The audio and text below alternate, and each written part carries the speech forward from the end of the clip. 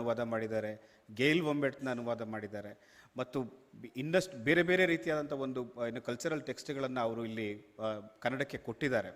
ಅದರ ಮೂಲಕ ಅವರು ಮಾಡಿರುವಂಥ ಸಂಶೋಧನೆ ಏನಿದೆ ಅಂದರೆ ಅವರು ಏನೋ ಸಬಾಲ್ಟರ್ನ್ ಸ್ಟಡೀಸ್ ಅಂತ ನಾವೇನು ಸ್ಕಾಲರ್ಸ್ ಕರೀತಾರೆ, ಆ ಥರದನ್ನು ಯಾವುದೇ ರೀತಿಯಾದಂಥ ವಿಶ್ವವಿದ್ಯಾಲಯಗಳು ಮತ್ತು ಬೇರೆ ಥರದ ಒಂದು ಸ್ಪೇಸ್ನಲ್ಲಿ ಇಲ್ಲದೇ ಯಾವ ಈ ಅನುವಾದಗಳು ಅನುದಾನಗಳನ್ನು ತಗೊಂಡು ಆ ಅನುದಾನಗಳ ಸೇಕ್ಗೋಸ್ಕರ ಮಾಡ್ದೇನೆ ತಮ್ಮ ಸ್ವಹಿತಾಸಕ್ತಿಯಿಂದ ಮತ್ತು ಈ ಸಮುದಾಯಗಳಿಂದ ಬಂದಿರುವಂಥ ಸಾಹಿತ್ಯ ಸಂಸ್ಕೃತಿ ಮತ್ತು ಅದನ್ನು ತಗೊಂಡು ನಾವು ಮುಂದೆ ಸಾಗಬೇಕಾಗಿರುವಂಥ ಕಟ್ಟಬೇಕಾಗಿರುವಂಥ ಒಂದು ಸಮಾಜದ ಬದ್ಧತೆಗೋಸ್ಕರ ಅವ್ರು ಮಾಡಿರುವಂಥ ಕೆಲಸ ಇದೆಯಲ್ಲ, ಇದು ಯಾವುದನ್ನು ನಾವು ನಾಲೆಡ್ಜ್ ಪ್ರೊಡಕ್ಷನ್ ಅಂತ ಕರಿತೀವಿ ಅಥವಾ ಸ್ಕಾಲರ್ಶಿಪ್ ಅಂತ ಏನು ಕರಿತೀವಿ, ಅದನ್ನು ಅವರು ಡೆಮೋಕ್ರಟೈಸ್ ಮಾಡೋದಕ್ಕೆ ಮಾಡಿರುವಂಥ ಪ್ರಯತ್ನಗಳು ಅಂತ ನಾನು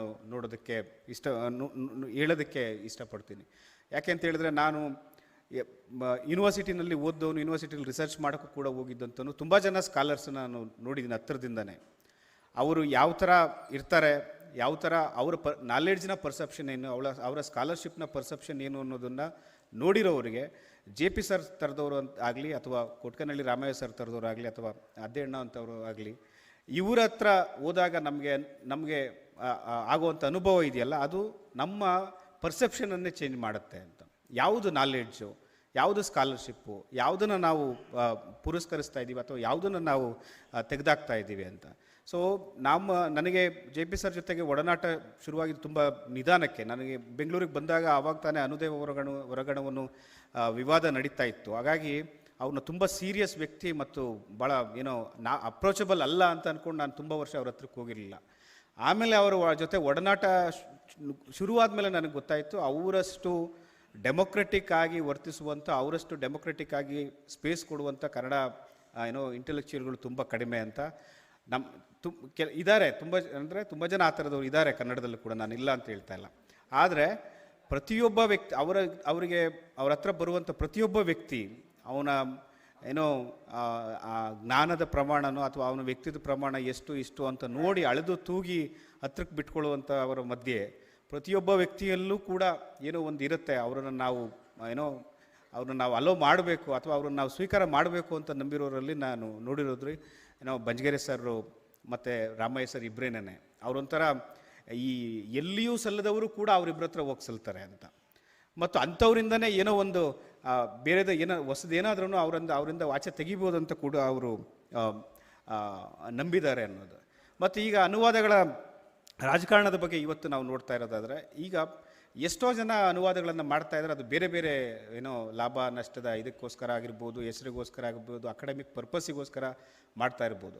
ಆದರೆ ನಾವು ಪರ್ಸ್ಯೂ ಮಾಡುವಂಥ ಟ್ರಾನ್ಸ್ಲೇಷನ್ ಆಗಿರ್ಬೋದು ಅಥವಾ ಬೇರೆ ಯಾವುದೋ ಒಂದು ವರ್ಕ್ ಆಗಿರ್ಬೋದು, ಅದು ನಮ್ಮ ಒಂದು ದಿನನಿತ್ಯದ ರಾಜಕಾರಣ ಅಂದರೆ ಒಂದು ಬ್ರಾಡರ್ ಸೆನ್ಸ್ನಲ್ಲಿ ಅದಕ್ಕೆ ಎಷ್ಟು ಅನುಕೂಲ ಆಗುತ್ತೆ ಅನ್ನೋದು ಕೂಡ ಭಾಳ ಇಂಪಾರ್ಟೆಂಟ್.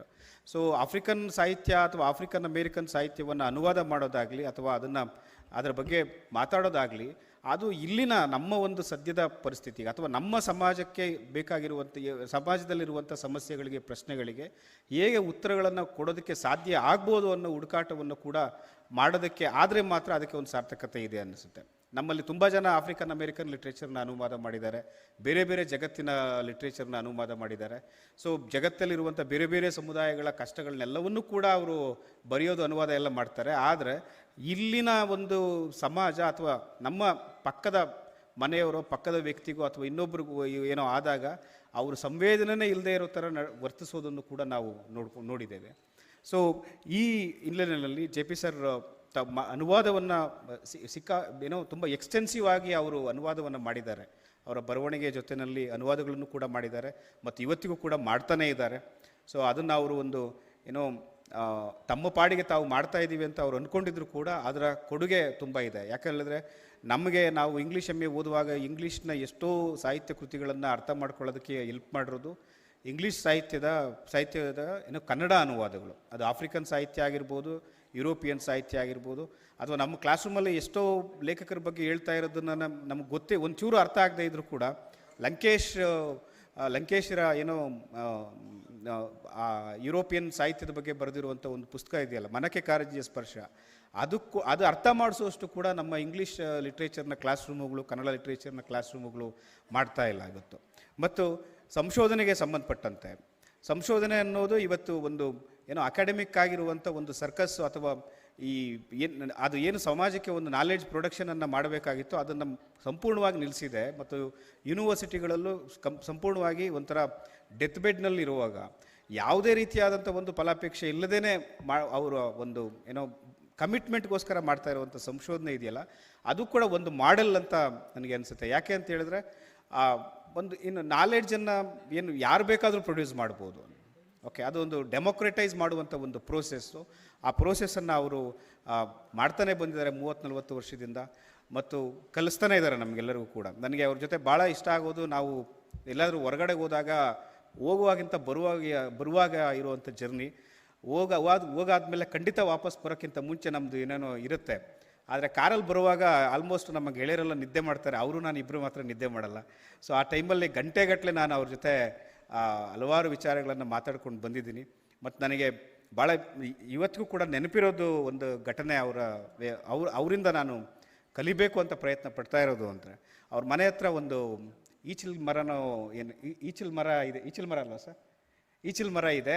ನಾವು ಒಂದು ಸಲ ಹೋಗಿದ್ದಾಗ ಅದು ಸ್ವಲ್ಪ ದೊಡ್ಡದಾಗಿದೆ ಕಣ್ರಿ, ಇದನ್ನು ಎಂಡ ಕಟ್ಟಿಸ್ಬೋದು ಅಂತ ಅವರು ಹೇಳಿದರು. ಸರಿ ಸರ್ ಅಂತ ಹೇಳಿ ನಾವು ಫುಲ್ ಖುಷಿಯಾಗಿ ಇನ್ನೊಂದು ಸಲ ಹೋದಾಗ ಎಂಡ ಆದಾಗ ಕರಿತೀನಿ ಅಂತ ಹೇಳಿದರು. ಆಮೇಲೆ ಫೋನ್ ಮಾಡಿ ಕೇಳಿದಾಗ ಇಲ್ಲ ರೀ, ಅದು ಬಂದಿಲ್ಲ, ಅದೇನೋ ಸರಿಯಾಗಿ ಕಟ್ಟಿಲ್ಲ ಅವನು ಅಂತ. ಮತ್ತು ಇನ್ನೊಂದು ಸಲ ಹೇಳೋದಲ್ವ ಸರ್ ಅವನು ಕಟ್ಟೋಕ್ಕೆ? ಇಲ್ಲ ರೀ, ಅವನಿಗೆ ಸರಿಯಾಗಿ ಅದನ್ನು ಕಟ್ ಮಾಡೋದು ಬರಲ್ಲ. ಅದನ್ನು ಅವನು ಹೆಂಗಂದ್ರಂಗೆ ಕಟ್ ಮಾಡಿಬಿಡ್ತಾನೆ. ಹೆಂಗಂದ್ರಂಗೆ ಕಟ್ ಮಾಡಿದ್ರೆ ಅದು ಮರಕ್ಕೆ ಒಂಥರ ಘಾಸಿ ಆದಂಗೆ ಆಗುತ್ತೆ, ಅದು ಘಾಸಿ ಮಾಡಬಾರ್ದು ಅಂತ. ಸೊ ಒಂದು ಗಿಡದಲ್ಲೂ ಕೂಡ ಅದಕ್ಕೂ ಕೂಡ ಘಾಸಿ ಆಗುತ್ತೆ, ಅದನ್ನು ಕೂಡ ಘಾಸಿ ಮಾಡಬಾರ್ದು ಅನ್ನೋ ಒಂದು ಕಾನ್ಷಿಯಸ್ಸನ್ನು ಇಟ್ಕೊಂಡು ಅವರು ಯಾವಾಗಲೂ ಇರ್ತಾರೆ. ಅದನ್ನು ಒಂಥರ ಬುದ್ಧಿಸ್ಟ್ ಇದನ್ನು ಪ್ರಾಕ್ಟೀಸ್ ಮಾಡ್ತಾ ಇರೋವಂಥ ಇದು ಎಲಿಮೆಂಟ್ ಅವರಲ್ಲಿ ನನಗೆ ತುಂಬ ಕಂಡಿದೆ. ಮತ್ತು ಅವ್ರ ಬಗ್ಗೆ ಮಾತಾಡೋದಕ್ಕೆ ತುಂಬ ಇದೆ. ನನಗೆ ಕೊಟ್ಟಿರೋ ಟಾಪಿಕ್ಕಿಗೆ ನಾನು ಸ್ಟಿಕ್ಕಾಗಿ ಮುಗಿಸ್ಬೇಕು ಅಂತ ಇದ್ದೀನಿ. ಹಾಗಾಗಿ ಅವರ ಅನುವಾದಗಳು ಕೊಡ್ತಾ ಇರುವಂಥ ಕಾಂಟ್ರಿಬ್ಯೂಷನ್ನು ಕನ್ನಡ ಒಂದು ಸಂಸ್ಕೃತಿಗೆ, ಮತ್ತು ಆ ಅನುವಾದಗಳು ಜೊತೆಯಲ್ಲಿ ಅವರ ಬೇರೆ ಬೇರೆ ಬರಹಗಳಲ್ಲಿ ರಿಫ್ಲೆಕ್ಟ್ ಆಗುವಂಥ ಒಂದು ಆ ಸಂಶೋಧನೆ ಆಗಿರ್ಬೋದು ಅಥವಾ ಬೇರೆ ರೀತಿಯಾದಂಥ ಕಲ್ಚರಲ್ ರೈಟಿಂಗ್ಸ್ ಆಗಿರ್ಬೋದು, ಅವೆಲ್ಲವೂ ಕೂಡ ನಮ್ಮ ಇವತ್ತಿನ ಸೋಕಾಲ್ಡ್ ವಿಶ್ವವಿದ್ಯಾಲಯಗಳು ಮತ್ತು ಸ್ಕಾಲರ್ಗಳು ಏನಿದ್ದಾರೆ ಅವರನ್ನು ನೆಚ್ಚಿಕೊಂಡು ಸಮಾಜ ಅವರನ್ನು ನೆಚ್ಚಿಕೊಂಡು ಕೂತ್ಕೊಳ್ಳದೆ ತನ್ನದೇ ರೀತಿಯ ಅದರಲ್ಲಿ ತನಗೆ ಬೇಕಾದಂಥ ನಾಲೆಡ್ಜನ್ನು ಪ್ರೊಡ್ಯೂಸ್ ಮಾಡ್ಬೋದು, ತನಗೆ ಬೇಕಾಗಿರುವಂಥ ಒಂದು ಸೊಸೈಟಿನ ಕಟ್ಕೊಳ್ಳೋಕ್ಕೆ ಪ್ರಯತ್ನ ಮಾಡ್ಬೋದು ಅನ್ನೋದಕ್ಕೆ ಒಂದು ಮಾಡೆಲ್ ಆಗಿ ಅವರು ನಿಂತಿದ್ದಾರೆ. ಸೊ ಅವರ ಈ ಕೆಲಸ ನಮ್ಮಂಥವ್ರಿಗೂ ಕೂಡ ಮಾದರಿ ಆಗಿದೆ. ಅದನ್ನು ನಾವು ಕೂಡ ಅಳವಡಿಸ್ಕೊಳ್ಳೋದಕ್ಕೆ ಪ್ರಯತ್ನ ಪಡ್ತೀವಿ ಅಂತ ಹೇಳ್ತಾ ಇಷ್ಟು ಮಾತಾಡೋದಕ್ಕೆ ಅವಕಾಶ ಮಾಡಿಕೊಟ್ಟಿದ್ದಕ್ಕೆ ಎಲ್ರಿಗೂ ಧನ್ಯವಾದಗಳು. Thank you.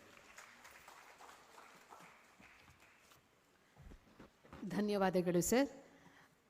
ದುರ್ಬಲರ ಪರವಾಗಿ ಮಿಡಿಯುವಂತಹ ಹೃದಯ ಇರೋದ್ರಿಂದ ಬಂಜಗೆರೆಯವರು ಸರು ಆಫ್ರಿಕಾದ ಕೆಳವರ್ಗದ ಜನರ ದಮನಿತರಕ್ಕೆ ಸಂಬಂಧಪಟ್ಟಂತಹ ಸಾಹಿತ್ಯವನ್ನು ಅನುವಾದ ಮಾಡಲಿಕ್ಕೆ ಸಾಧ್ಯ ಆಗಿದೆ ಎನ್ನುವ ಮಾತನ್ನು ಹೇಳ್ತೀನಿ. ಅದನ್ನೇ ಅವರು ಕೂಡ ಅವರ ಮಾತುಗಳಲ್ಲಿ ಹೇಳಿದ್ರು. ಹಾಗಾಗಿ ಅವರಿಗೆ ತುಂಬ ಅಚ್ಚುಕಟ್ಟಾಗಿ ಅದನ್ನು ಪ್ರಸ್ತುತಪಡಿಸಿದ್ದಾರೆ, ಕಟ್ಟಿಕೊಟ್ಟಿದ್ದಾರೆ. ಅವರಿಗೆ ಹೃತ್ಪೂರ್ವಕವಾದಂತಹ ಧನ್ಯವಾದಗಳು. ಮಹೇಶ್ ಹರವೆ ಇವರು ವಿಮರ್ಶೆ, ಸಾಹಿತ್ಯ, ಅನುವಾದ, ಸಂಸ್ಕೃತಿ ಚಿಂತನೆಗಳಲ್ಲಿ ಸಾಕಷ್ಟು ತೊಡಗಿಸ್ಕೊಂಡಿರುವಂತಹ ಮತ್ತು ಮೂಲತಃ ಪ್ರಾಂಶುಪಾಲರು ಕೂಡ ಹೌದಂತ ಹೇಳ ಭಾವಿಸ್ತೇನೆ. ಅವರಿಗೆ ಧ್ವನಿ ಪೀಠಕ್ಕೆ ಆಹ್ವಾನಿಸ್ತಾ ಇದ್ದೇನೆ. ಇವರು ಸಾಹಿತ್ಯ ವಿಮರ್ಶೆ ಸಂಬಂಧಪಟ್ಟ ಹಾಗೆ ಜಯಪ್ರಕಾಶ್ ಅವರ ಬಗ್ಗೆ ಮಾತನಾಡ್ತಾ ಇದ್ದಾರೆ. ಎಲ್ರಿಗೂ ನಮಸ್ಕಾರ. ಪದ ಸಂಘಟನೆಗೆ ಅತ್ಯಂತ ಹೃತ್ಪೂರ್ವಕವಾದ ವಂದನೆಗಳನ್ನು ಹೇಳ್ತೇನೆ. ಯಾಕಂತಂದರೆ ಬಂಜಗೆರೆಯಂತಹ ಒಂದು ವ್ಯಕ್ತಿತ್ವಕ್ಕೆ ಅವರು ಅಭೂತಪೂರ್ವವಾದಂತಹ ಗೌರವವನ್ನು ಸಲ್ಲಿಸ್ತಾ ಇದ್ದಾರೆ. ಬಂಜಗೆರೆ ಅವರ ಒಂದು ಒಡನಾಟ ನಮಗೆ ಸುಮಾರು 20-25 ವರ್ಷದಿಂದ ನಿರಂತರವಾಗಿ ನಡೀತಾ ಬಂದಿದೆ. ಅವರು ಹೆಚ್ಚು ಕಡಿಮೆ ಒಂದು ಗುರುಸ್ಥಾನದಲ್ಲಿ ನಮಗೆ ಅರಿವನ್ನು ಬಿತ್ತರಿಸಿದಂಥವ್ರು. ಅವರನ್ನು ನೋಡಿದಾಗಲೆಲ್ಲ ನನಗೆ ಯಾವಾಗಲೂ ಕೂಡ ಅವರ ಕೈಗಳಲ್ಲಿರ್ತಕ್ಕಂತಹ ಪುಸ್ತಕಗಳನ್ನೇ ನೋಡ್ತಾ ಇದ್ದೆ. ಅವರು ಯಾವ ಪುಸ್ತಕಗಳನ್ನು ಓದ್ತಾ ಇದ್ದಾರೆ, ಆ ಪುಸ್ತಕಗಳ ಹಿಂದಿನ ಆಲೋಚನೆಗಳೇನು, ಕ್ರಮಗಳೇನು, ಯಾಕೆ ಈ ಪುಸ್ತಕವನ್ನು ಓದ್ತಾ ಇದ್ದಾರೆ ಅಂತ. ನಂತರ ಆ ಪುಸ್ತಕಗಳನ್ನ ಓದೋದು, ಆ ಪುಸ್ತಕಗಳನ್ನ ಸಂಗ್ರಹಿಸೋದು, ಆ ಪುಸ್ತಕಗಳ ಜೊತೆ ಅವ್ರ ಜೊತೆ ಸಂವಾದವನ್ನು ಮಾಡ್ತಕ್ಕಂಥದ್ದು, ಅದರಲ್ಲಿರ್ತಕ್ಕಂಥ ಬಿಟ್ವೀನ್ ದ ಲೈನ್ಸ್ಗಳನ್ನು ಅವರು ತೆರೆದಿಡ್ತಿದ್ದಂತಹ ರೀತಿ, ಇವೆಲ್ಲವೂ ಕೂಡ ನಮಗೆ ಬಹಳ ಖುಷಿಯನ್ನು ಕೊಟ್ಟಿರ್ತಕ್ಕಂಥದ್ದು. ಇಂತಹ ಬಂಜಗೇರಿಯವರ ಜೊತೆ ಗೆಳೆತನದ ಹೆಜ್ಜೆಗಳನ್ನು ಹಾಕೋದು ಅಂತಂದರೆ ಅದು ಒಂದು ರೀತಿಯಲ್ಲಿ ನಮ್ಮ ಅದೃಷ್ಟ ಅಂತ ಭಾವಿಸ್ತೀನಿ. ಆ ಹೆಜ್ಜೆ ಹಾಕುವುದರ ನಡುವೆ ಅವರು ನಮಗೆ ಹೆಜ್ಜೆ ಹಿಡಬೇಕಾದ ಹಾದಿಯ ಜಾಡನ್ನು ತೋರ್ತಾರೆ, ನೋಡಲಿಕ್ಕೆ ತಮ್ಮ ಕಣ್ಣೋಟಗಳನ್ನು ಕೊಡ್ತಾರೆ, ನಾಲಿಗೆಯಾಗಿ ನುಡಿದು ನಮ್ಮ ಜೊತೆಯಲ್ಲಿಯೇ ಇರ್ತಾರೆ, ನಮ್ಮೊಳಗೆ ತಮ್ಮನ್ನು ಇರಿಸಿ ಮುಂದೆ ಇತರ ಗೆಳೆಯರನ್ನು ಕೂಡ್ಕೊಂಡು ಹೋಗ್ತಾ ಇರ್ತಾರೆ. ಇದು ಬಂಜಗೇರಿಯವರ ವ್ಯಕ್ತಿತ್ವ. ಎಲ್ಲಿಯೂ ನಿಲ್ಲದಿರು, ಮನೆಯನೆಂದು ಕಟ್ಟದಿರು ಎನ್ನುವ ಹಾಗೆ ಎಲ್ಲ ಗೆಳೆಯರ ಜೊತೆಯಲ್ಲಿರ್ತಾರೆ. ಆದರೆ ವರ್ಷದಿಂದ ವರ್ಷಕ್ಕೆ ಅವರ ಬಳಗದಲ್ಲಿರ್ತಕ್ಕಂತಹ ಹೊಸ ಹೊಸ ಮುಖಗಳು, ಅವರು ಎಷ್ಟು ಫ್ರೆಶ್ ಆದಂತಹ ವಿದ್ಯಾರ್ಥಿಗಳ ಜೊತೆಯಲ್ಲಿ, ಸ್ನೇಹಿತರ ಜೊತೆಯಲ್ಲಿ ಇರ್ತಾರೆ ಎನ್ನುವಂಥದ್ದನ್ನು ತೋರಿಸ್ತಾ ಹೋಗುತ್ತೆ.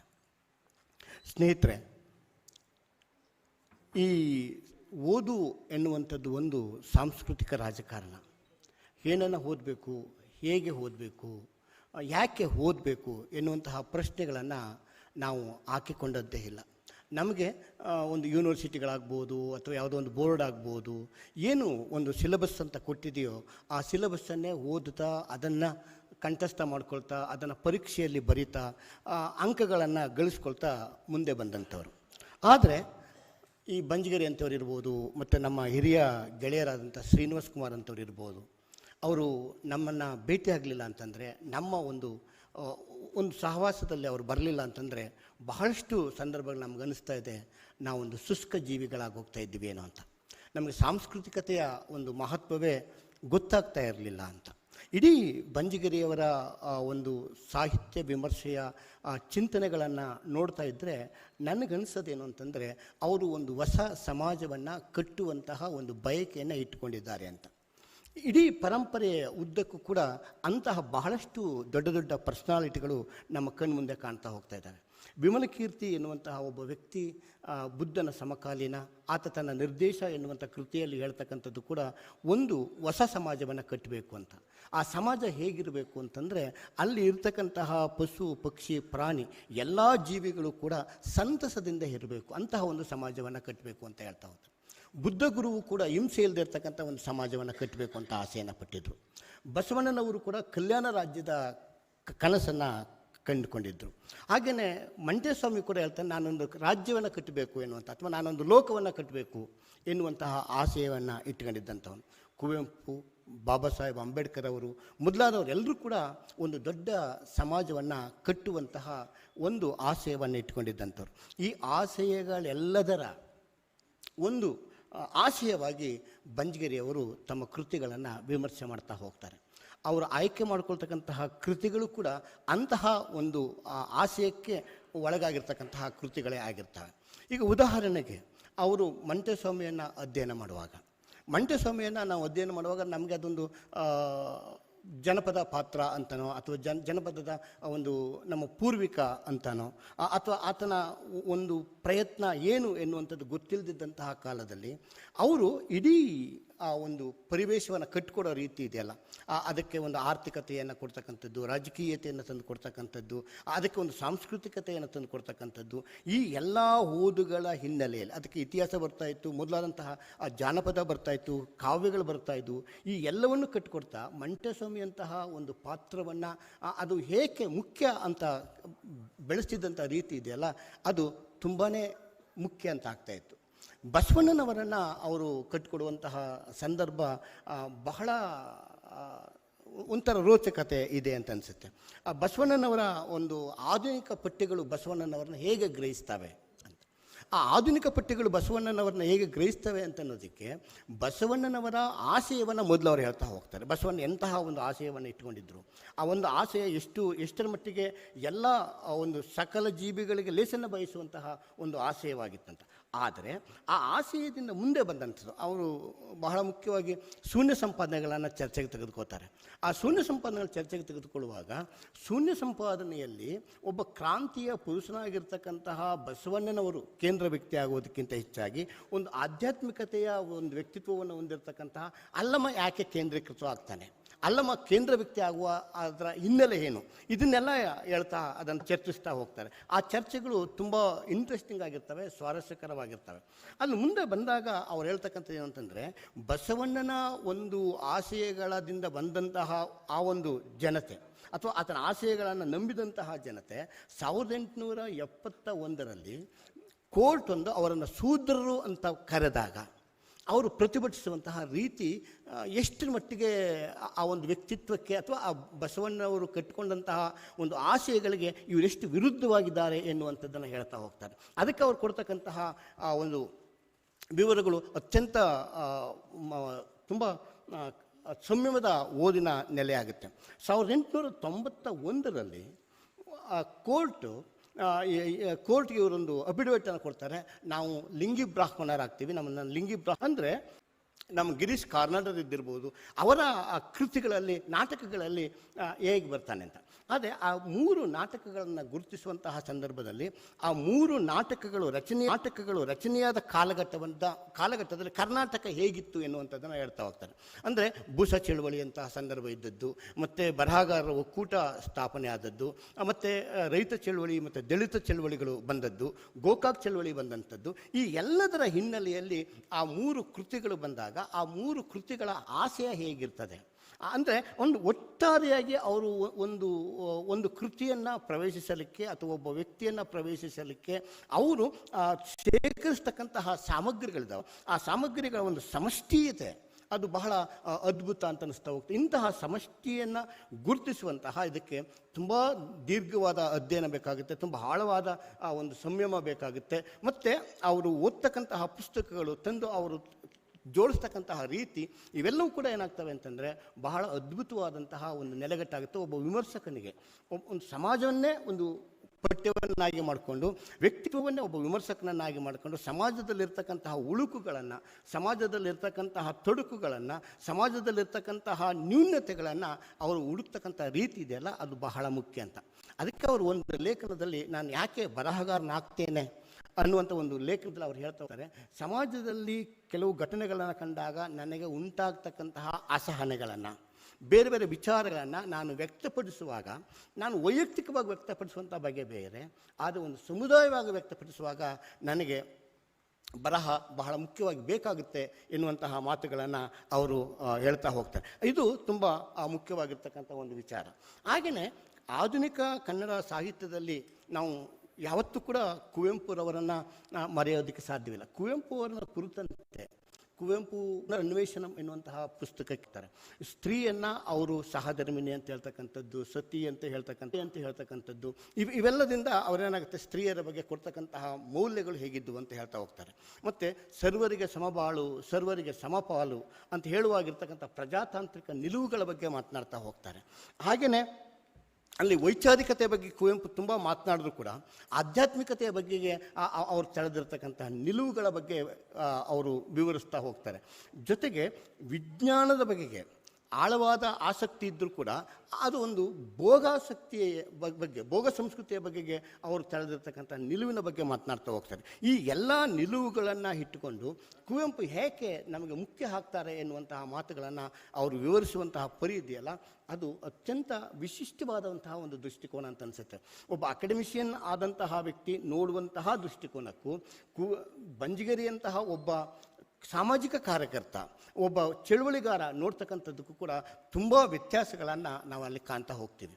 ಕುವೆಂಪುರವರಲ್ಲಿ ದೇಶಿ ಚಿಂತನೆ ಎನ್ನುವಂತಹ ಒಂದು ಲೇಖನವನ್ನು ಬರೆಯುವಾಗ ಅವರು ಬುಡಕಟ್ಟು ಸಂಸ್ಕೃತಿಗಳ ಬಗೆಗೆ ಅಥವಾ ಆದಿವಾಸಿ ಸಂಸ್ಕೃತಿಗಳ ಒಂದು ಚಿಂತನೆಯನ್ನು ನೆನಪಿಸ್ಕೊತಾ ಹೋಗ್ತಾರೆ.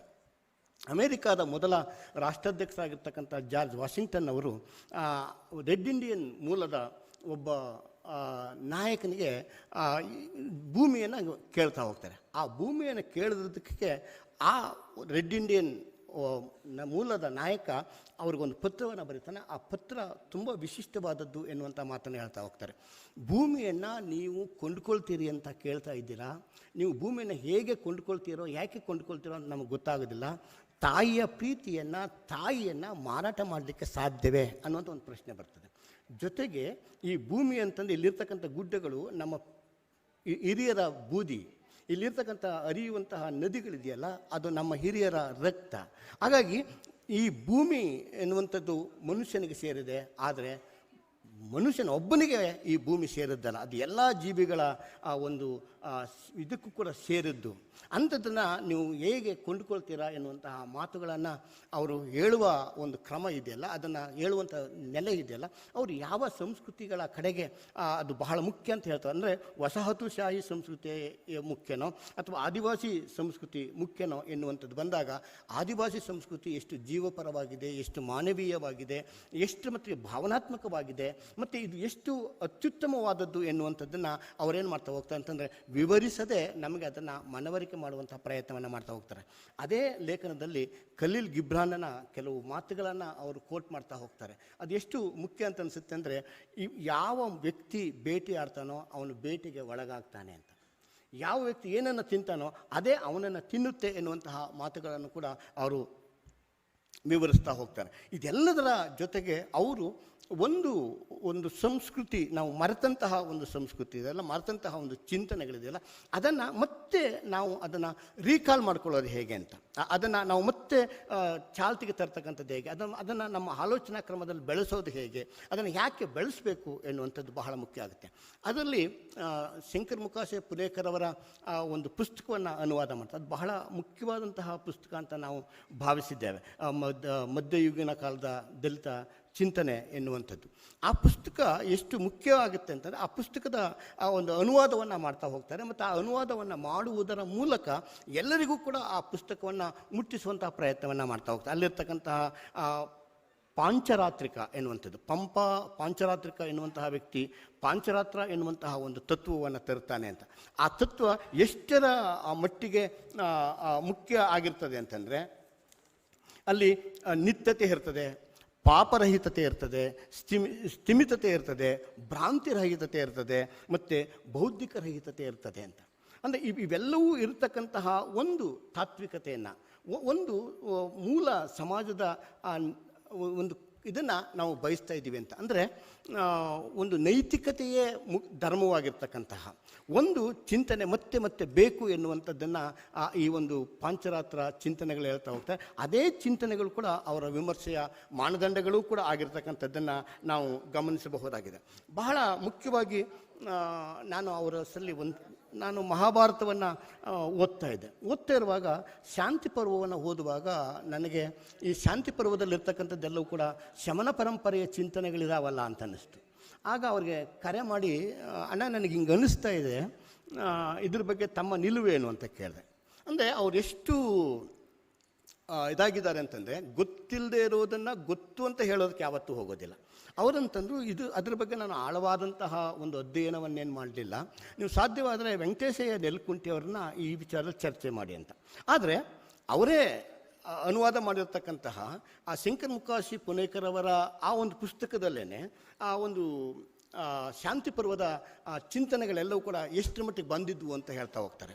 ಮತ್ತು ಸಾತ್ವತರು ಮತ್ತು ಭರತರ ಬಗ್ಗೆ ಬಹಳ ಅದ್ಭುತವಾದಂತಹ ಒಂದು ಚಿಂತನೆ ಅಲ್ಲಿದೆ. ಸಾತ್ವತರು ಅಂತನ್ನುವಂಥವ್ರು ಭಾಗವತ ಪರಂಪರೆಯನ್ನು ಮಾಡಿದಂಥವ್ರು, ಈ ಪಾಶುಪತ ಪರಂಪರೆಯನ್ನು ಮುಂದುವರಿಸಿದಂತಹ ಈ ಭರತರು, ಇವರಿಬ್ಬರೂ ಕೂಡ ಒಂದು ಜನಿವಾರವನ್ನು ಹಾಕಿಕೊಳ್ಳಬಹುದಾದಂತಹ ಅವಕಾಶಗಳು ಸಿಕ್ಕಿದರೂ ಕೂಡ ಅದನ್ನು ನಿರಾಕರಿಸಿದವರು, ವಿಶಿಷ್ಟತೆಯನ್ನು ಮೆರೆದವರು ಎನ್ನುವಂತಹ ಮಾತುಗಳನ್ನು ಪುನೇಕರ್ ಅವರು ಕೂಡ ಹೇಳ್ತಾ ಹೋಗ್ತಾರೆ. ಹಾಗಾಗಿ ನಮ್ಮ ಚಿಂತನೆಗಳನ್ನು ನಾವು ಹೇಗೆ ಬೆಳೆಸಬೇಕು ಎನ್ನುವಂಥದ್ದನ್ನು ಕೂಡ ಅವರು ಬಹಳ ಅದ್ಭುತವಾಗಿ ಇಂತಹ ಒಂದು ಪರಂಪರೆಯ ಭಾಗವಾಗಿ ಅದನ್ನು ಹೇಳ್ತಾ ಹೋಗ್ತಾರೆ.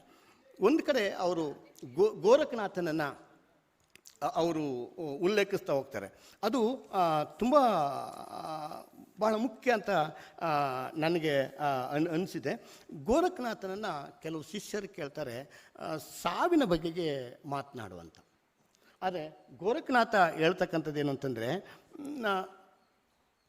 ನಾನು ಸಾವಿನ ಬಗ್ಗೆ ನಾನು ಮಾತಾಡಬೇಕಾದ್ರೆ ನಾನು ಎಚ್ಚರಗೊಂಡಾಗ ಅದನ್ನು ಮಾತನಾಡ್ತೇನೆ ಅಂತ. ಆವಾಗ ಎಚ್ಚರಗೊಂಡಾಗ ಅವರು ಹೇಳ್ತಾರೆ, ನಾನು ಸಾವನ್ನು ಕಂಡೆ, ಅದು ನಿದ್ದೆಯ ಸಾವು ಎನ್ನುವಂತಹ ಮಾತನ್ನು ಹೇಳ್ತಾ ಹೋಗ್ತಾರೆ. ಹಾಗೆಯೇ ಅವರು ಬಹಳಷ್ಟು ಪುಸ್ತಕಗಳ ಬಗೆಗೆ ವಿಮರ್ಶೆಗಳನ್ನು ಬರೀತಾರೆ. ಅದು ನಿಲ ಎನ್ನುವಂತಹ ಪುಸ್ತಕದಲ್ಲಿ, ಹುಲಿಯ ಉಯ್ಯಾಲೆ ಎನ್ನುವಂತಹ ಪುಸ್ತಕದಲ್ಲಿ, ಬೇರೆ ಬೇರೆ ಪುಸ್ತಕಗಳಲ್ಲಿ ಅದು, ಮತ್ತು ಬಾಗ್ ಬಹದ್ದೂರನ ಸಾವು ಎನ್ನುವಂತಹ ಪುಸ್ತಕದಲ್ಲಿ ಅವು ವಿವರವಾಗಿ ಇದ್ದಾವೆ. ಅವರ ಆಯ್ಕೆ ಮಾಡಿಕೊಂಡಿರುವಂತಹ ಪುಸ್ತಕಗಳೂ ಕೂಡ ಅವರದೇ ಆದಂತಹ ಆಲೋಚನೆಯನ್ನು ಹೇಳುವಂತಹ ಪುಸ್ತಕಗಳೇ ಆಗಿದೆ.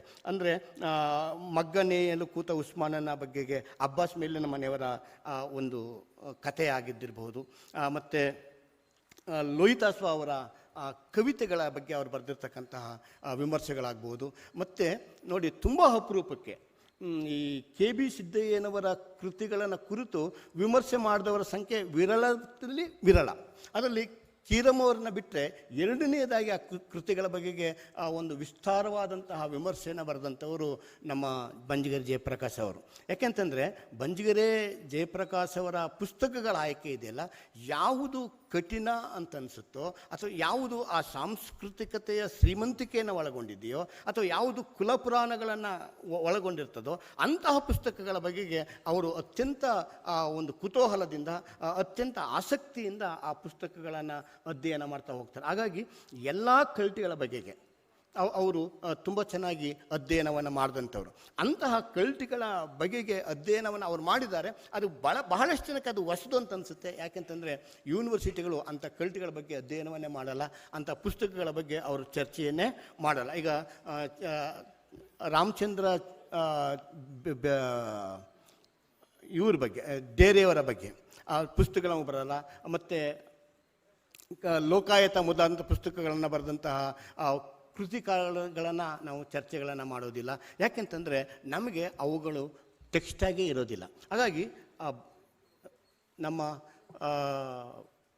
ಜಯಪ್ರಕಾಶ್ ಅಂತವರ ಒಡನಾಟಗಳೇನಾಗ್ತವೆ ಅಂತಂದರೆ ಅದು ಮತ್ತೊಂದು ಯೂನಿವರ್ಸಿಟಿಯ ಒಂದು ಒಡನಾಟ ಆಗುತ್ತೆ. ಯೂನಿವರ್ಸಿಟಿಯಲ್ಲಿ ನಾವೇನೆಲ್ಲವನ್ನು ಕಲ್ತಿಲ್ಲವೋ ಅದನ್ನು ಅಂಥವರ ಜೊತೆಯಲ್ಲಿ, ಅವರ ಮಾತುಕತೆಯಲ್ಲಿ ನಾವು ಕಲ್ತಿದ್ದೇವೆ. ಅವರ ವಿಮರ್ಶೆಗಳನ್ನು ನಾವು ಓದಿದಾಗ, ಅವರ ಲೇಖನಗಳನ್ನು ನಾವು ನೋಡಿದಾಗ, ಮತ್ತು ಅವರ ಅನುವಾದಗಳು ಕೂಡ ಅದಕ್ಕೆ ಪೂರಕವಾಗಿ ಇರ್ತಕ್ಕಂಥದ್ದನ್ನು ಗಮನಿಸಿದಾಗ ಅವರು ಕನ್ನಡಕ್ಕೆ ಕೊಟ್ಟಿರ್ತಕ್ಕಂತಹ ಕೊಡುಗೆ ಬಹಳ ದೊಡ್ಡದು ಎನ್ನುವಂತಹ ಒಂದು ವಿಚಾರವನ್ನು ನಾವಿಲ್ಲಿ ಹೇಳ್ಬೋದಾಗಿದೆ. ಇಷ್ಟು ಮಾತುಗಳನ್ನು ಆಡಲಿಕ್ಕೆ ನನಗೆ ಅವಕಾಶ ಕೊಟ್ಟಂತಹ ತಮ್ಮೆಲ್ಲರಿಗೂ ಕೂಡ ವಂದಿಸ್ತಾ ನಾನು ವಿರಮಿಸ್ತೇನೆ. ನಮಸ್ಕಾರ.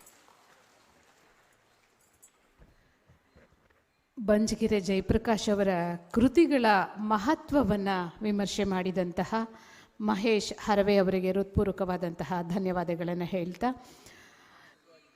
ನಾವು ಎಲ್ರಿಗೂ ಸಮಯ ಏನೋ ಕೊಟ್ವಿ, ಸಮಯ ಆಗೋಗ್ಬಿಡತ್ತೆ ಅಂತ. ಆದರೆ ಅಧ್ಯಕ್ಷೀಯ ನುಡಿಗಳಿಗೆ ನಾವು ಸಮಯ ಕೊಡೋದು ಕಷ್ಟ ಆಗುತ್ತೆ. ಸೊ ಆಮೇಲೆ ಅವ್ರಿಗೆ ಇದರ ಅರಿವು ಇರುತ್ತೆ ಅಂತ ಹೇಳಿ ಭಾವಿಸ್ತಾ, ನಮ್ಮ doctor HS Raghavendra Rao sir ಇದ್ದಾರಲ್ಲ, ಅವರು ಖ್ಯಾತ ವಿಮರ್ಶಕರು, ಅನುವಾದಕರು, ಮತ್ತು ನ್ಯಾಷನಲ್ ಕಾಲೇಜ್ನಲ್ಲಿ 36 ವರ್ಷಗಳ ಸುದೀರ್ಘ ಅವಧಿನಲ್ಲಿ ಉಪನ್ಯಾಸವನ್ನು ಕೊಟ್ಟಂಥವರು. ಜೊತೆಗೆ ಹಂಪಿ ವಿಶ್ವವಿದ್ಯಾಲಯದಲ್ಲೂ ಕೂಡ ಪ್ರಾಧ್ಯಾಪಕರಾಗಿ ದುಡಿದಂಥವರು. ಸಮಯವನ್ನು ಅವರೇ ನಿಗದಿಪಡಿಸ್ಕೊಳ್ತಾರೆ ಅನ್ನುವ ಮಾತನ್ನು ಕೂಡ ಹೇಳ್ತಾ ಅವರನ್ನು ಧ್ವನಿಪೀಠಕ್ಕೆ ಸ್ವಾಗತಿಸ್ತಾ ಇದ್ದೀನಿ. ಓವರ್ ಟು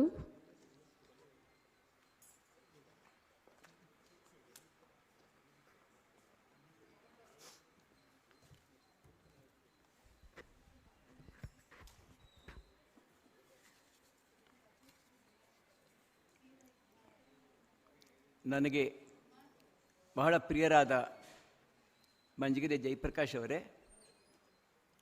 ಇದುವರೆಗೆ ಮಾತಾಡಿ ಅವರ ವ್ಯಕ್ತಿತ್ವ ಮತ್ತು ಜೀವನದ ಅಧ್ಯಾಯಗಳನ್ನು ಕಟ್ಟಿಕೊಟ್ಟ 4 ಜನ ಗೆಳೆಯರೇ, ಹಿರಿಯರೇ ಮತ್ತು ಸಂಗಾತಿಗಳೇ, ನನಗೆ ಮೊನ್ನೆ ಪೇಪರ್ ಓದಿದಾಗ ಅನ್ನಿಸಿದ ಒಂದು ಮಾತು, ಬಂಜಿಗೆರೆ ಜಯಪ್ರಕಾಶ್ ಅವರು ಛತ್ತೀಸ್ಗಢ್ನಲ್ಲಿರಬೇಕಾಗಿತ್ತು ಅಂತ. ಅಥವಾ ಜಯಪ್ರಕಾಶ್ ಅಂತ ಒಂದು 4 ಜನ ಅಲ್ಲಿದ್ದಿದ್ರೆ ಅನಗತ್ಯವಾಗಿ ರಕ್ತಪಾತ ಆಗೋದು, 30 ಜನ 80 ಜನ ಸತ್ರು ಅನ್ನೋದನ್ನು ಒಂದು ಹೆಮ್ಮೆಯ ಸಂಗತಿ, ಯುದ್ಧದಲ್ಲಿ ಪಡೆದ ಗೆಲುವು ಅನ್ನೋ ಹಾಗೆ ವರ್ಣಿಸುವಂಥ ವಾತಾವರಣ ಇದೆಯಲ್ಲ, ಅದನ್ನು ನೋಡಿದಾಗ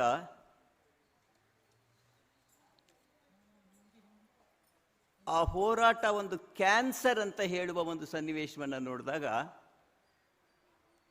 ಜಯಪ್ರಕಾಶ್ ಅಂತವರ ಬದುಕಿನ ಬೆಳವಣಿಗೆಯ ಬಗ್ಗೆ ನಮಗಿದ್ದ ಗೌರವ ಜಾಸ್ತಿ ಆಗುತ್ತೆ.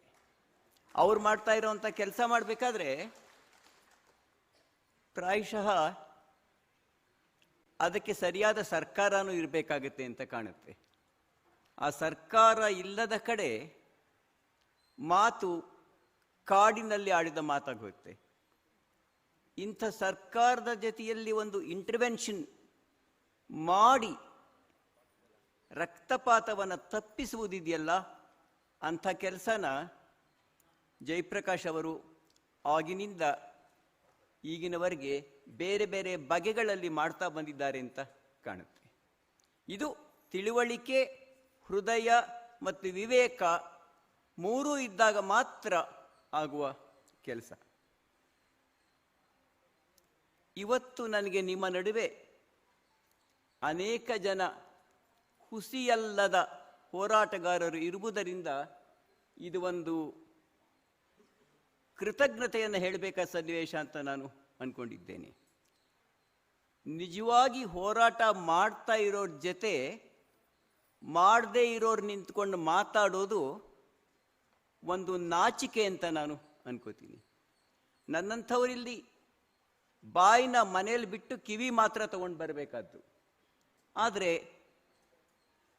ಮಾತು ಕಮ್ಮಿ ಇರೋದೇ ಒಳ್ಳೆಯದು. ಅದಕ್ಕೆ ತುಂಬ ಬೇಗ ಮುಗಿಸಿ ಅಂತ ಹೇಳೋದೇ ಒಳ್ಳೆಯದು ಅಂತ ಕಾಣುತ್ತೆ. ಇವರ ಪ್ರಯಾಣ ಶುರುವಾಗಿದ್ದು ಕರ್ನಾಟಕದ ಹೋರಾಟದ ಕೇಂದ್ರಗಳಲ್ಲಿ ಒಂದಾದ ಮಹಾರಾಜ ಕಾಲೇಜಿನಲ್ಲಿ. ಆಗಿನ ಕಾಲದ ಮಹಾರಾಜ ಕಾಲೇಜು ಬೆಂಗಳೂರಲ್ಲಿದ್ದ ಸೆಂಟ್ರಲ್ ಕಾಲೇಜ್ಗಿಂತ ಬಹಳ ಭಿನ್ನವಾದ್ದು ಅಂತ ನಾನು ಅಂದ್ಕೊಂಡಿದ್ದೇನೆ. ಇದು ವಿಜ್ಞಾನವಾದರೆ ಅದು ಸಮಾಜಶಾಸ್ತ್ರಗಳ ಕಲೆಗಳ ಕೇಂದ್ರ ಆಗಿತ್ತು. ಅಲ್ಲಿ 80ರ ದಶಕದಲ್ಲಿ 70ರ ದಶಕದ ಕೊನೆಯಲ್ಲಿ ನಡೆದ ಹೋರಾಟಗಳ ಒಂದು ಸ್ವರೂಪ ಇದೆಯಲ್ಲ, ಅಲ್ಲಿ ಕಟ್ಟಿಕೊಂಡ ಎಡಪಂಥೀಯ ಚಳುವಳಿಗಳ ಒಂದು ಕೇಂದ್ರ ಇದೆಯಲ್ಲ, ಅದು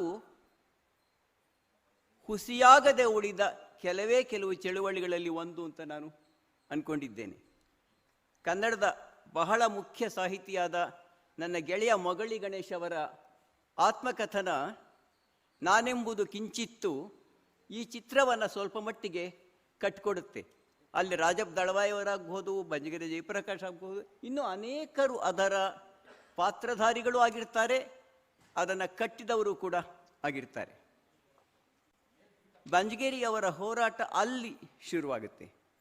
ಆಮೇಲೆ ಅದು ಮಹುವಾದಲ್ಲಿರಬಹುದು, ಅದು ಬೆಳ್ಳಿಚಿಕ್ಕಿ ಪ್ರಕಾಶನದಲ್ಲಿರಬಹುದು, ಅವರು ಆಯ್ದುಕೊಂಡ ಅನುವಾದಗಳಲ್ಲಿರಬಹುದು, ಅವರು ಆ ಬದುಕಿನಿಂದ ಈ ಬದುಕಿಗೆ, ವನವಾಸದಿಂದ ಅಜ್ಞಾತವಾಸದಿಂದ ಈ ಕಾಲಕ್ಕೆ ನಮ್ಮ ನಡುವಿಗೆ ಬಂದ ಮೇಲೆ ಅವರು ಹಿಡಿದ ಹೆಜ್ಜೆಗಳಿರಬಹುದು. ಇವೆಲ್ಲವೂ ಕೂಡ ನನಗೆ ಸ್ಪಷ್ಟವಾಗಿ ಎನ್ನಿಸುವ ಹಾಗೆ ಜಡವಾದ ಮನಸ್ಸಿಗೆ ಸಾಧ್ಯ ಇಲ್ಲ. ಬೆಳೆಯುವ, ಬದಲಾಗುವ, ಹೊಸದಕ್ಕೆ ಹೊಂದಿಕೊಳ್ಳುವ, ಹೊಸ ಸತ್ಯಗಳನ್ನು ಕಂಡುಕೊಳ್ಳುವ, ಆದರೆ ತನ್ನ ಮೂಲ ನೆಲೆಯನ್ನು ಬಿಟ್ಟುಕೊಡದ ವ್ಯಕ್ತಿಗೆ ಮಾತ್ರ ಸಾಧ್ಯ ಅಂತ ನಾನು ಅಂದ್ಕೊಂಡಿದ್ದೇನೆ.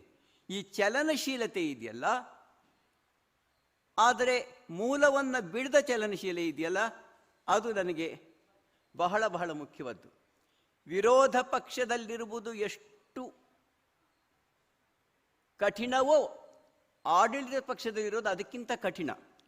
ಆಡಳಿತದ ಜೊತೆಯಲ್ಲಿ ಕೆಲಸ ಮಾಡ್ತಾನೆ ಆಡಳಿತದ ಕುಂದುಕೊರತೆಗಳನ್ನು ಹೇಳ್ತಕ್ಕಂಥದ್ದು, ದೋಷಗಳನ್ನು ಹೇಳ್ತಕ್ಕಂಥದ್ದು ಇನ್ನಷ್ಟು ಕಷ್ಟದ ಕೆಲಸ. ಇದು ಕತ್ತಿಯಂಚಿನ ದಾರಿ. ಈ ದಾರಿಯಲ್ಲಿ ನಡೀತಾ ಇರತಕ್ಕಂಥ ಕೆಲವರಲ್ಲಿ ನನ್ನ ಪೀಳಿಗೆಯ ಹಲವರು ನನ್ನ ಸುತ್ತ ಇದ್ದಾರೆ. ಅವರೆಲ್ಲರ ಬದುಕು ಬರಹಗಳನ್ನು ನಾನು ನೋಡ್ತಾ ಬಂದಿದ್ದೀನಿ, ನನ್ನದು ಸೇರಿದ ಹಾಗೆ. ಅಂತಹ ಆತ್ಮಸಾಕ್ಷಿಯನ್ನು ಕಾಪಾಡಿಕೊಂಡು ಕೂಡ ಬದಲಾಗುತ್ತಾ ಬಂದಿರುವ ಕೆಲವರಲ್ಲಿ ಜಯಪ್ರಕಾಶ್ ಅವರು ಒಬ್ಬರು ಅನ್ನೋದು ನನಗೆ ಖಂಡಿತವಾಗಿ ಗೊತ್ತಿರೋ ಸಂಗತಿ. ಎರಡನೇದು, ಇವರ ಬಗ್ಗೆ ಯೋಚನೆ ಮಾಡಬೇಕಾದ್ರೆ ವಿವರಿಸ್ತಾ ಇಲ್ಲ ಅದನ್ನು. ಮಾರ್ಕ್ಸಿಸ್ಟ್ ಚಳುವಳಿ ಪಡೆದ ಕವಲುಗಳಿದೆಯಲ್ಲ, ಅದು ಕಮ್ಯುನಿಸ್ಟ್ ಪಕ್ಷಗಳಿರಬಹುದು, ನಕ್ಸಲ್ವಾದ ಇರಬಹುದು, CPI ಇರಬಹುದು, CPM ಇರಬಹುದು, ಮತ್ತೊಂದಿರಬಹುದು. ಇವೆಲ್ಲದರ ನಡುವೆ ಆಯ್ಕೆ ಮಾಡಿಕೊಳ್ಳೋದು ಬಹಳ ಕಷ್ಟ ಇತ್ತು. ಈ ಆಯ್ಕೆಯನ್ನು ಸಾಹಿತ್ಯ ಕೃತಿಗಳಲ್ಲಿ ಮಾಡಿಕೊಳ್ಳೋದು ಒಂದು ಸುಲಭ, ಆದರೆ ಹೋರಾಟದ ಹಾದಿಯಲ್ಲೇ ಮಾಡಿಕೊಳ್ಳೋದು ಬಹಳ ಕಷ್ಟ. ರಕ್ತದ ಹಾದಿ ಕಷ್ಟ, ಹಿಂಸೆಯ ಹಾದಿ ತಪ್ಪು ಅಂತ ಅನ್ನುವಾಗಲೂ ಕೂಡ ಅಹಿಂಸೆಯ ಹಾದಿಯಲ್ಲಿ ನಡೆಯುವಾಗ ಆಗಿರ್ತಕ್ಕಂಥ ಸಾಧನೆಗಳು ಎಷ್ಟು ಕಡಿಮೆ ಅನ್ನೋದು ಕೂಡ ನಮ್ಮ ಮನಸ್ಸಲ್ಲಿ ಇದ್ದೇ ಇರಬೇಕು ಅಂತ ಕಾಣುತ್ತೆ. ಹಾಗಾದರೆ ಯಾವುದು ಹಾದಿ ಅನ್ನೋ ಪ್ರಶ್ನೆ ಉತ್ತರ ಕಂಡ್ಕೊಳ್ಳೋಕೆ ಆಗ್ತಾ ಇಲ್ಲ ಅನ್ನೋದೇ ನಮ್ಮ ಕಾಲದ ಬಿಕ್ಕಟ್ಟು. ಈ ಬಿಕ್ಕಟ್ಟನ್ನು ಎದುರಿಸೋದು ಬಂಜಿಗೆಯವರು ಯಾವ ಬಗೆಯ ಆಯ್ಕೆಗಳನ್ನು ಮಾಡಿಕೊಂಡ್ರು ಅನ್ನೋದು ಅವರ ಬದುಕನ್ನು, ಬರವಣಿಗೆಯನ್ನು ಎಚ್ಚರಿಕೆಯಿಂದ ಗಮನಿಸಿದವರಿಗೆ ಗೊತ್ತಿರುತ್ತೆ. ಆ ಮೈಸೂರು ಕೇಂದ್ರ ಈ ಚಿಂತನೆಯಲ್ಲಿ ಬೆಂಗಳೂರಿನಲ್ಲಿ ಎಲ್ರಿಗೂ ಹೇಳ್ತಾ ಇಲ್ಲಿದ್ದು ನಾವು. ಬೆಂಗಳೂರಿನಲ್ಲಿ ಕೂಡ ಅಲ್ಲಿಗೆ ಅದ್ದೆಯವರು ಮಾತಾಡ್ತಾ ಅದನ್ನು ಒಂದು ಕಟ್ಟಿಕೊಟ್ರೆ ಹೇಗೆ ಅಂತ. ಅವರಿಬ್ಬರು ಆಡಿದ ಮಾತುಗಳಿದೆಯಲ್ಲ, ಅದು ಒಂದು ರೀತಿ ಬಂಜಗೆರೆಯವರ ಜೀವನ ಚರಿತ್ರೆಯ ಕಥನದ ಹಾಗೆ ನನಗೆ ಅನ್ನಿಸ್ತಾ ಇತ್ತು. ಒಂದು ಅಧ್ಯಾಯವನ್ನು ಸ್ವಾಮಿ ಆನಂದ ಅವರು ಹೇಳಿದರೆ, ಇನ್ನೊಂದು ಅಧ್ಯಾಯವನ್ನು ಅದ್ದೆಯವ್ರಿಗೂ ಸುಮ್ಮನೆ ಒಂದು ಚಿಕ್ಕ ಮಾತು ಹೇಳೋದಾದರೆ, ಅದ್ದೆಯವರು ಮಾತಾಡೋದನ್ನು ಕಮ್ಮಿ ಮಾಡಿದ್ದೀನಿ ಅಂತಂದರು. ದಯವಿಟ್ಟು ಅವರು ಮಾತಾಡ್ತಾ ಹೋದರೆ ಅದು ಎಷ್ಟು ಒಂದು ದೊಡ್ಡ ಸಮತೋಲನ ತಪ್ಪತ್ತೆ ಅಂದ್ಕೊಂಡಿದ್ದೇನೆ. ಈ ಮೂರನ್ನು ಒಟ್ಟಿಗೆ ಒಳಗೊಳ್ಳುವ ಬಗೆ ಹೇಗೆ, ಇವು ವಿರೋಧವಲ್ಲ ಅಂತ ಕಂಡುಕೊಳ್ಳೋ ಬಗೆ ಹೇಗೆ, ಮೂರು ನೆಲೆಗಳಲ್ಲೂ ಆಗ್ತಾ ಇರತಕ್ಕಂಥ ಶೋಷಣೆಯನ್ನು ಅರ್ಥ ಮಾಡ್ಕೊಳ್ಳೋದು ಹೇಗೆ, ಈ ಸವಾಲನ್ನು ನಮ್ಮಲ್ಲಿ ಬಹಳ ಚಳುವಳಿಗಳಾಗಲಿ ಬಹಳ ವ್ಯಕ್ತಿಗಳಾಗಲಿ ಅರ್ಥ ಮಾಡಿಕೊಂಡು ಅನುಸರಿಸ್ತಾ ಇಲ್ಲದೇ ಇದ್ದಂಥ ಕಾಲದಲ್ಲಿ ಬಂಜಗೆರೆಯವರ ಆಯ್ಕೆ ಸರಿಯಾದ್ದಾಗಿದೆ ಅಂತ ನನಗೆ ಅವ್ರ ಬಗ್ಗೆ ತುಂಬ ಪ್ರೀತಿ ಇರೋದು. ಇದು ಅವರ ಬೆಳವಣಿಗೆಯಲ್ಲಿ ಕಾಣಿಸ್ಕೊಂಡಿರೋದ್ರಿಂದ ಹೇಳ್ತಾ ಇದ್ದೀನಿ, ಅದನ್ನು ವಿವರಿಸ್ತಾ ಇಲ್ಲ ಅಷ್ಟೇ. ಒಂದನ್ನು ಮರೆತು ಇನ್ನೊಂದಕ್ಕೆ ತೆತ್ತುಕೊಳ್ಳುವುದರಿಂದ ಆಗ್ತಕ್ಕಂಥ ಅಪಾಯಗಳನ್ನು ನಮ್ಮ ಸುತ್ತ ನಾವು ನೋಡ್ತಾನೆ ಇದ್ದೀವಿ. ಎಲ್ಲವನ್ನ ಒಂದಾಗಿ ತಂದಾಗ ಏನಾಗುತ್ತೆ ಅನ್ನೋದು ಮತ್ತೊಂದು. ಅಂದರೆ ಬಡತನ ಮತ್ತು ಶೋಷಣೆಗಳ ಕಾರಣಗಳು ವರ್ಣ, ವರ್ಗ, ಜಾತಿ, ಲಿಂಗ 4 ಆಗಿರಬೇಕಾದ್ರೆ ಆ 4 ಇಟ್ಕೊಂಡು ಇದನ್ನು ಸೇರಿಸ್ಕೊಳ್ಳೋದಿದೆಯಲ್ಲ, ಅದು ಅವ್ರು ಮಾಡ್ತಾ ಇರೋ ಕೆಲಸ. ಹಾಗೆಯೇ ಇಲ್ಲಿ ರಾಜಕೀಯ ವಿಚಾರಧಾರೆಗಳ ಪ್ರಶ್ನೆ ಬಂದಾಗ ಮಾರ್ಕ್ಸ್ ಅಥವಾ ಲೋಹಿಯಾ ಅಥವಾ ಅಂಬೇಡ್ಕರ್ ಅಂತ ಆಯ್ಕೆ ಮಾಡ್ಕೊಳ್ಳೋದ್ರಿಂದ ಆಗತಕ್ಕಂಥ ನಷ್ಟ ಹೋರಾಟಗಾರರಿಗಾದರೆ ಲಾಭ ಪ್ರತಿಗಾಮಿಗಳಿಗಾಗುತ್ತೆ. ಶತ್ರುಗಳು ಅಂದವರಲ್ಲಿ ಎಲ್ಲವೂ ಒಂದು ತನ್ನದ ಯೋಚನೆ ಮಾಡ್ತಾ ಇದ್ದಾಗ ನಾವು ಎಲ್ಲ ಪ್ರಗತಿಪರರು ಅಂದ್ಕೊಂಡವರು ಇದು ಮಾರ್ಕ್ಸ್ ಅಥವಾ ಅಂಬೇಡ್ಕರ್ ಅಥವಾ ಲೋಹಿಯಾ ಅಥವಾ ಗಾಂಧಿ ಅಂತ ಮಾಡ್ಕೊಳ್ಳೋ ಆಯ್ಕೆ ಇದೆಯಲ್ಲ, ಇವರ ನಡುವೆ ವಿರೋಧ ಇಲ್ಲ ಅಂತಲ್ಲ. ಯಾವುದೋ ಒಂದು ಆಯ್ಕೆನ ಮಾಡ್ಕೋಬೇಕು ಬರುತ್ತಿರೋದ್ರ ಬಗ್ಗೆ ಅನುಮಾನವೇ ಇಲ್ಲ. ಅಂದರಿಕಿ ಮಂಚಿವಾಡು ಅನಂತಯ್ಯ ಅಂತ ತೆಲುಗಲ್ಲಿ ಹೇಳ್ತಾರಲ್ಲ, ಹಾಗೆ ಆಗಬೇಕಾದ್ದಿಲ್ಲ. ಆದರೆ ಎಲ್ಲದರಲ್ಲೂ ಇರುವುದನ್ನು ತೆಗೆದುಕೊಂಡು ಒಂದು ಸಮಾನ ಚಿಂತನೆಯನ್ನು ಕಟ್ಟೋದು ಹೇಗೆ, ಆ ರಾಜಕೀಯದ ಸ್ವರೂಪ ಯಾವುದಿರುತ್ತೆ ಅನ್ನೋದು ಕೇವಲ ಬರವಣಿಗೆಯ ಪ್ರಶ್ನೆಯಲ್ಲ, ಚಳುವಳಿಗಳನ್ನು ಕಟ್ಟುವ ಬಗೆ ಕೂಡ ಅಂತ ನಾನು ಅಂದ್ಕೊಂಡಿದ್ದೇನೆ. ಇವತ್ತಿನ ಕಳೆದ 2-3 ದಶಕಗಳ ವಿಷಮ ಸ್ಥಿತಿಗೆ ಕಾರಣ ಈ ಈ ಈ ಒಳಸರಿತ ಹೊರಸರಿತೆಗಳು ಕೂಡ ಆಗಿದೆ ಅಂತ ನಾನು ಅಂದ್ಕೊಂಡಿದ್ದೇನೆ. ಸಮಾಜವಾದಿ ಚಿಂತನೆಯೇ ಸಮತಾವಾದಿ ಚಿಂತನೆಗೆ ಶತ್ರುವಾದಾಗ ಕರ್ನಾಟಕದ ಸಾಂಸ್ಕೃತಿಕ ಚರಿತ್ರೆಯನ್ನು ಬಲ್ಲವರಿಗೆ ಲೋಹಿಯಾವಾದ ಮತ್ತು ಮಾರ್ಕ್ಸ್ವಾದಗಳ ನಡುವಿನ ಸ್ಪರ್ಧೆ ಯಾವ ರೀತಿಯ ದುರಂತಕ್ಕೆ ಕಾರಣ ಆಯಿತು ಅನ್ನೋದು ಚೆನ್ನಾಗಿ ಗೊತ್ತಿರುತ್ತೆ. ಈ ಸಂದರ್ಭ ಬಲ್ಲವರಾದ್ರಿಂದನೇ ಜಯಪ್ರಕಾಶ್ ಅವರ ಹಾದಿ ತುಂಬ ಡಿಫರೆಂಟ್ ಆಗಿದೆ ಅಂತ ನಾನು ಅಂದ್ಕೊಂಡಿರೋದು. ಇನ್ನೊಂದು ಅಂಶ ಹೇಳೋ ಪ್ರಯತ್ನ ಪಡ್ತಿರೋದು, ನಮ್ಮ ಕಾಲದ ಇನ್ನೊಂದು ಬಹಳ ದೊಡ್ಡ ಸಮಸ್ಯೆ ಅಂತಂದರೆ ಅದು ಬರಗೂರವರು ಪ್ರಸ್ತಾಪ ಮಾಡಿದ್ರು, ಸೃಜನಶೀಲತೆ ಮತ್ತು ಆಕ್ಟಿವಿಸಮ್ ಇವುಗಳ ನಡುವಿನ ಸಂಬಂಧ ಯಾವ ಥರದ್ದಿರಬೇಕು ಅನ್ನೋದು. ಆಕ್ಟಿವಿಸಮ್ ಬಿಟ್ಟು ಸೃಜನಶೀಲತೆಯನ್ನು ಇಟ್ಕೊಳ್ಳೋದು, ಸೃಜನಶೀಲತೆಯನ್ನು ಬಿಟ್ಟು ಆಕ್ಟಿವಿಸಮ್ ಇಟ್ಕೊಳ್ಳೋದು, ಇವೆರಡು ಒಂದಕ್ಕೊಂದನ್ನು ಪೊರೆದಾಗ ಏನಾಗುತ್ತೆ, ಒಂದಾದಾಗಿ ಬೆಳೆಸಿದಾಗ ಏನಾಗುತ್ತೆ ಅನ್ನೋ ಪ್ರಶ್ನೆ ನಾವು ಕೇಳಬೇಕಾದಷ್ಟು ಕೇಳ್ಕೊಂಡಿಲ್ಲ ಅಂತ ಕಾಣುತ್ತೆ.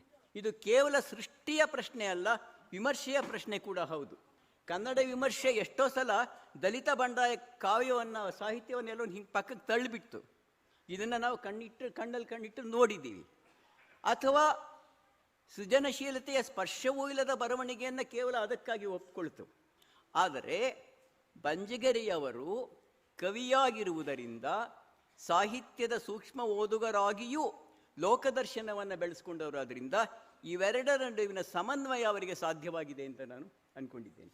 ಈ ಸಮನ್ವಯ ಪ್ಯಾಬ್ಲೋ ನೆರುಡಾನಲ್ಲಿ ಕಾಣುವಂಥದ್ದು, ಚಿನುವ ಅಚಿಬೆಯಲ್ಲಿ ಕಾಣುವಂಥದ್ದು, ಅಷ್ಟೇ ಮುಖ್ಯವಾಗಿ ಒಲೆ ಸೊಯಂಕಾದಲ್ಲಿ ಕಾಣುವಂಥದ್ದು. ನಾನು ಬೇಕಂತಾರೆ ಆಫ್ರಿಕನ್ ಹೆಸರುಗಳನ್ನ ಹೇಳ್ತಾ ಇರೋದು, ಅದು ವಾಸ್ತವ ಕೂಡ ಹೌದು ಅಂತ ಕಾಣುತ್ತೆ. ಅದು ದಕ್ಷಿಣ ಆಫ್ರಿಕಾದ ಕಟ್ಸೆ ಆಗಬಹುದು, ನದೀಮ್ ಗಾರ್ದಿಮರ್ ಆಗಬಹುದು, ಟೋನಿ ಮಾರಿಸನ್ ಅಂತ ದೊಡ್ಡ ಲೇಖಕಿ, ಅಮೆರಿಕದ ಲೇಖಕಿ ಆಗಬಹುದು.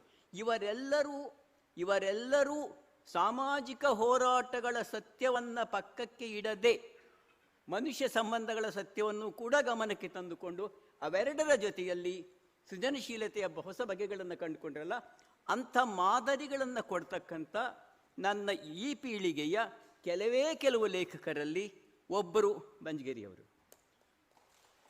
ಪ್ರಾಯಶಃ ಅವರೇ ಅಂದುಕೊಂಡ ಹಾಗೆ ಇವೆರಡು ಬದುಕಿನ ಎರಡು ಭಿನ್ನ ಅಧ್ಯಾಯಗಳಾಗಬೇಕಾ, ಒಂದರ ನಂತರ ಒಂದು ಬರಬೇಕಾ, ಒಟ್ಟಿಗೆ ಬರಬೇಕಾ ಅನ್ನೋದು ಬಹಳ ಮುಖ್ಯವಾದ ಪ್ರಶ್ನೆ. ಯಾಕೆ ಹಾಗಾಗುತ್ತೆ ಅನ್ನೋದು ಕೂಡ.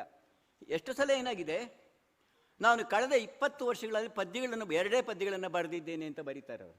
ನಾನು ಅವರ ಕಾವ್ಯದ ಬಗ್ಗೆ ಹೆಚ್ಚು ಮಾತಾಡಬೇಕು ಅಂತಲೇ ಅಂದ್ಕೊಂಡಿದ್ದು. ಕಾವ್ಯದ ಬಗ್ಗೆ ದೊಡ್ಡ ಲೇಖನವನ್ನು ಬೇರೆ ಸಂದರ್ಭದಲ್ಲಿ ಬರೆದಿರೋದ್ರಿಂದ ಇಲ್ಲಿ ಕಾವ್ಯವನ್ನು ತುಂಬ ಕಡಿಮೆ ತರ್ತಾ ಇದ್ದೀನಿ ಅಷ್ಟೇ. ಆದರೆ ಅವರು ಶಂಕರ್ ಗುಹಾ ನಿಯೋಗಿಯರು ಬರೆದ ಪದ್ಯಗಳು, ಇಂಥ ಅನೇಕ ಪದ್ಯಗಳು ನನ್ನೊಡನೆ ಈಗಲೂ ಕೂಡ ವಾಸ ಮಾಡ್ತಾ ಇರ್ತವೆ. ಅಲ್ಲೇನಾಗುತ್ತೆ, ಸೃಜನಶೀಲತೆಯ ಸೆಲೆ ಹೋರಾಟದ ತೀವ್ರತೆಯ ಜೊತೆಗೂ ಇರುವುದು ಹೇಗೆ? ಇದು ಕೇವಲ ಬಂಜಗೆರೆಯವರು ಎದುರಿಸಬೇಕಾದ ಪ್ರಶ್ನೆ ಅಲ್ಲ, ಎಲ್ಲ ಲೇಖಕರು ಎಲ್ಲ ಹೋರಾಟಗಾರರು ಎದುರಿಸಬೇಕಾದ ಪ್ರಶ್ನೆನೇ ಆಗಿರುತ್ತೆ. ನೆರುಡ ಥರದವರು ಕೊನೆ ಕ್ಷಣದವರೆಗೂ ಇವೆರಡನ್ನು ಹೇಗೆ ಸಂಯೋಜನೆ ಮಾಡಿಕೊಂಡ್ರು, ಅದರ ಬರವಣಿಗೆಯ ಬಗೆ ಏನು, ಈ ಪ್ರಶ್ನೆ, ಇದು ಬಂಜಗೆರೆಯವರು ಕಂಡುಕೊಂಡ ಉತ್ತರ ನನಗನ್ಸೋದು ಭಾಳ ಇಂಟ್ರೆಸ್ಟಿಂಗ್ ಆದ ಉತ್ತರ. ಅದು ಅವರು ಸ್ವಂತ ಬರವಣಿಗೆಯಲ್ಲಿ ತೊಡಗಿಸಿಕೊಳ್ಳಲಾಗದ ಅನಿವಾರ್ಯತೆಯನ್ನು ಅನುವಾದಗಳ ಮೂಲಕ ಪೂರೈಕೆ ಮಾಡಿಕೊಂಡಿದ್ದಾರೆ ಅಂತ ಅನಿಸುತ್ತೆ. ಅವರ ಅನುವಾದಗಳ ಪಟ್ಟಿಯನ್ನು ನೋಡಿದರೆ ಇದು ಒಬ್ಬ ಟೋಟಲಿ ಕಮಿಟೆಡ್ ಆದ ಹೋರಾಟಗಾರನೊಬ್ಬ ಮಾತ್ರ ಮಾಡಬಹುದಾದ ಅನುವಾದಗಳು ಅಂತ ಅನ್ನಿಸ್ತಾ ಇರುತ್ತಲ್ಲ. ವರವರ್ರಾವ್ ಅವರ ಕವಿತೆಗಳನ್ನು ಅನುವಾದ ಮಾಡ್ತಾರೆ. ವರವರ್ರಾವ್ ಅವರ ಬದುಕಿನ ಸ್ವರೂಪ ಏನು ಅಂತ ಗೊತ್ತಿದ್ದವರಿಗೆ ಬಂಜಗೆರೆಯವರನ್ನು ಯಾಕೆ ಅನುವಾದ ಮಾಡಿದ್ರು ಅಂತ ಗೊತ್ತಾಗುತ್ತೆ. ಅಲೆಕ್ಸೇಲಿ ಆದರೂ ಕೂಡ ಅಷ್ಟೇನೆ, ವೆಂಡಿ ಡೊನೆಗರ್ ಆದರೂ ಅಷ್ಟೇನೆ. ಆ ಪಟ್ಟಿ ಹೋದರೆ ಅನಿಸುತ್ತೆ ಇದು. ಆ್ಯಕ್ಚುಲಿ ತಾರಿಣಿಯವರು ಬಂದು ಮಾತಾಡಬೇಕಾಗಿತ್ತು ಇವತ್ತು. ಆ ವಿಷಯಕ್ಕೆ ತುಂಬ ದೊಡ್ಡ ಕೊರತೆ ಅಂದ್ಕೊಂಡಿದ್ದೀನಿ ನಾನು. ಜಾತಿ ರಾಷ್ಟ್ರದೊಳಗೊಂದು ರಾಷ್ಟ್ರ ವಿ ಟಿ ರಾಜಶೇಖರ್, ದೇಗುಲದೊಳಗೊಂದು ದೆವ್ವ ಪಾಪ ನಿವೇದನೆ, ಮಧ್ಯಯುಗೀನ ಭಾರತದ ಅಂತ್ಯಜರ ತತ್ವಚಿಂತನೆ, ಲಾಲ್ ಬನೋ ಗುಲಾಮಿ ಛೋಡೋ, ಮತ್ತೊಂದು ಪ್ರಸ್ಥಾನ ಶ್ರೀಶ್ರೀಯವರದು. ಇವೆಲ್ಲವೂ ಕೂಡ ಒಬ್ಬ ಅನುವಾದಕ, ನರಸಿಂಹಮೂರ್ತಿಯವರು ಭಾಳ ಚೆನ್ನಾಗಿ ಹೇಳ್ತಿದ್ದಾರೆ, ಒಂದು ಮಾತನ್ನ ಭಾಳ ಚೆನ್ನಾಗಿ ಹೇಳ್ತಾರೆ, ಪಾಲಿಟಿಕ್ಸ್ ಆಫ್ ಟ್ರಾನ್ಸ್ಲೇಷನ್ ಇದೆಯಲ್ಲ, ಈ ಟ್ರಾನ್ಸ್ಲೇಷನ್ ಅನ್ನೋದು ಅನುವಾದಕ ದೊಡ್ಡವನಾಗುವುದಕ್ಕೆ ಮಾಡುವ ಕೆಲಸ ಅಲ್ಲ. ಅದು ತನ್ನ ಕಾಲದ ಸಮಾಜದ ಬದುಕಿನ ಅವಶ್ಯಕತೆಗಳನ್ನು ನೋಡಿಕೊಂಡು ಅದಕ್ಕೆ ಅನುಗುಣವಾಗಿ ಮಾಡತಕ್ಕಂಥ ಕೆಲಸ.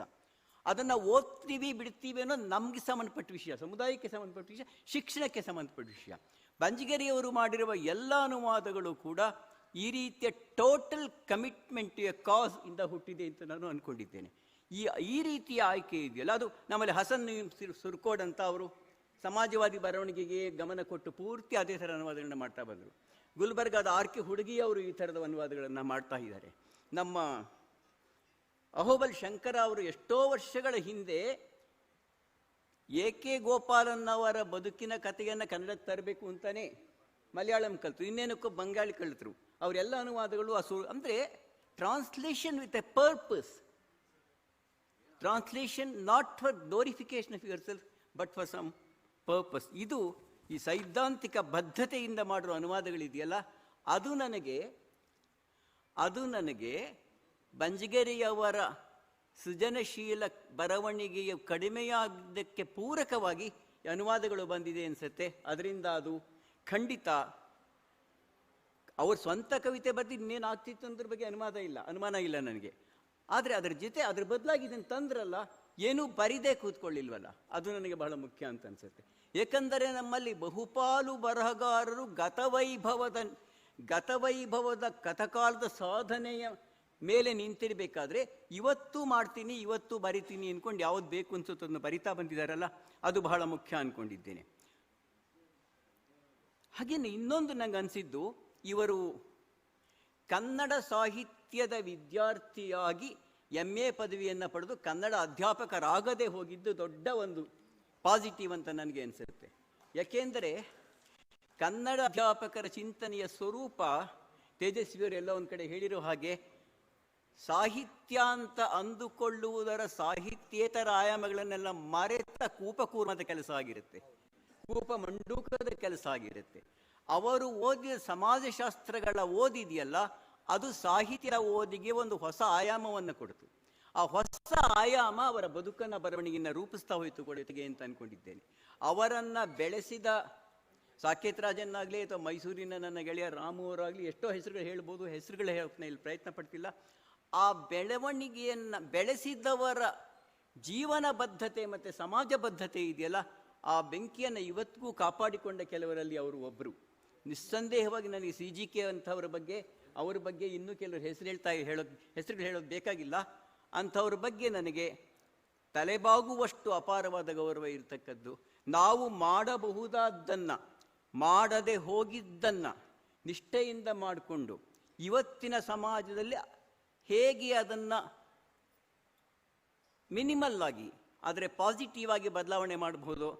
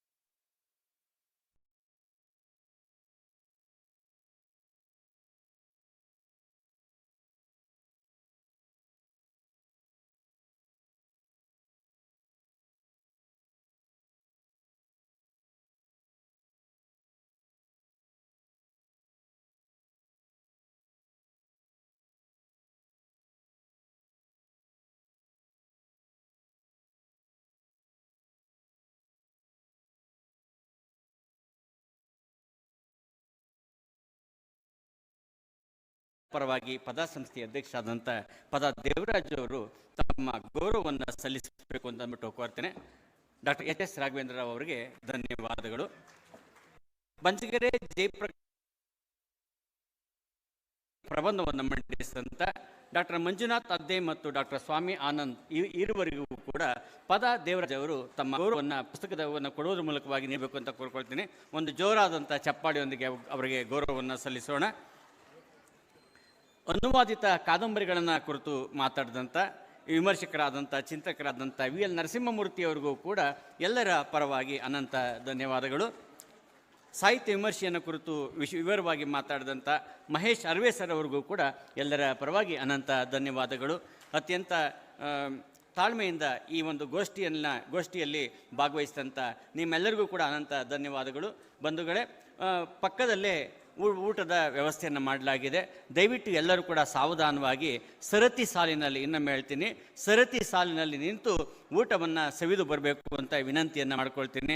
ಸವಿತಾ ತಮ್ಮ ವಿಚಾರ ಮತ್ತು ಚಿಂತನೆಗಳನ್ನು ಕೂಡ ಅಲ್ಲೇ ಮಂಥನವನ್ನು ಕೂಡ ಮಾಡಿ ಅಂತ ಒಂದು ವಿನಂತಿಯನ್ನು ಮಾಡ್ಕೊಳ್ತೀನಿ.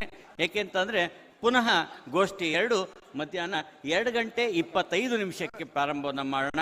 2:25 ಪ್ರಾರಂಭವನ್ನು ಮಾಡಿದ್ರೆ ಸರಿಯಾದ ಸಮಯಕ್ಕೆ ನಮ್ಮ ಗೋಷ್ಠಿ ಕೂಡ ಮುಕ್ತಾಯವಾಗುತ್ತೆ.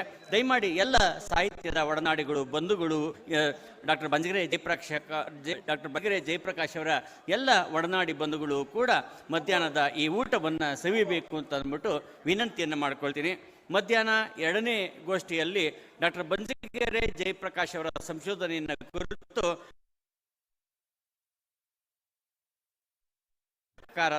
ಡಾಕ್ಟರ್ ಈ ಚಿಂತನೆಯನ್ನು ಕುರಿತಾಗಿ ಡಾಕ್ಟರ್ ರವಿಕುಮಾರ್ ಬಾಗಿ ಅವರು ಪ್ರಬಂಧವನ್ನು ಮಂಡಿಸ್ತಾ ಇದ್ದಾರೆ. ಅನುವಾದಿತ ಕಾವ್ಯವನ್ನು ಕುರಿತಾಗಿ ಡಾಕ್ಟರ್ ಡಿ.ಆರ್. ದೇವರಾಜ್ ಅವರು ಪ್ರಬಂಧವನ್ನು ಮಂಡಿಸ್ತಾ ಇದ್ದಾರೆ. ಹಿರಿಯರಾದಂಥ ಸಂಸ್ಕೃತ ಚಿಂತಕರು ಮತ್ತು ಲೇಖಕರಾದಂಥ ಶ್ರೀ ಅಗ್ರಹಾರ ಕೃಷ್ಣಮೂರ್ತಿ ಅವರು 2ನೇ ಗೋಷ್ಠಿಯ ಅಧ್ಯಕ್ಷತೆ ವಹಿಸ್ತಾ ಇದ್ದಾರೆ. ಅದಾದ ನಂತರದಲ್ಲಿ ಲೇಖಕರೊಂದಿಗೆ ಸಂವಾದ ಇರುತ್ತೆ. ಸಂವಾದದ ನಂತರದಲ್ಲಿ ಸಂಜೆ 5:30ಕ್ಕೆ ಸಮಾರೋಪ ಸಮಾರಂಭ. ಡಾಕ್ಟರ್ ಬಂಜಗೆರೆ ಜಯಪ್ರಕಾಶ್ ದಂಪತಿಗಳಿಗೆ ಒಂದು ಅಭಿನಂದನಾ ಸಮಾರಂಭವೂ ಕೂಡ ಏರ್ಪಾಡಾಗಿದೆ. ಡಾಕ್ಟರ್ ಸಿದ್ದನಗೌಡ ಪಾಟೀಲ್ ಅವರು ಅಭಿನಂದನಾ ನುಡಿಯನ್ನು ನೋಡಿದ್ರೆ ಪ್ರೊಫೆಸರ್ ಎಸ್.ಜಿ. ಸಿದ್ದರಾಮಯ್ಯ ಅವರು ಸಮಾರಂಭದ ಅಧ್ಯಕ್ಷತೆ ವಹಿಸ್ತಾ ಇದ್ದಾರೆ. IAS ಅಧಿಕಾರಿ ವಹಿಸ್ತಾ ಇದ್ದಾರೆ. ಈ ಎಲ್ಲ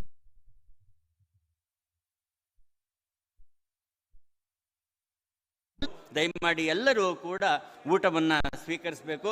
ದಯಮಾಡಿ ಸಾವಧಾನವಾಗಿ ಸರತಿ ಸಾಲಿನಲ್ಲಿ ನಿಂತು ಊಟವನ್ನು ಸ್ವೀಕರಿಸಬೇಕು ಅಂತ ಅಂದ್ಬಿಟ್ಟು ಕೋರ್ಕೊಳ್ತೀನಿ.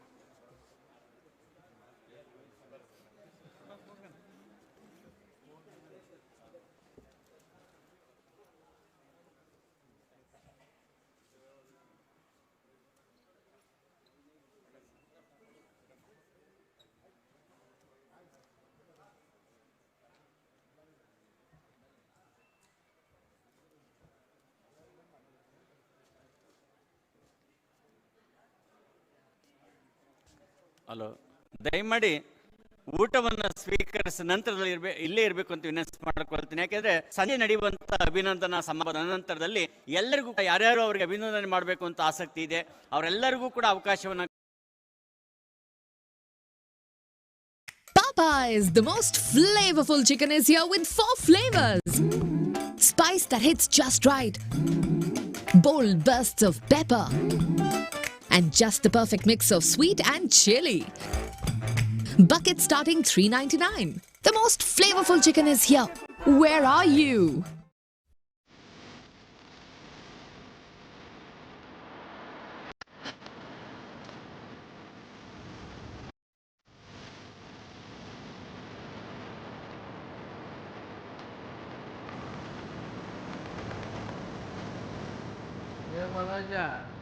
ಇದು ರಿಯಲ್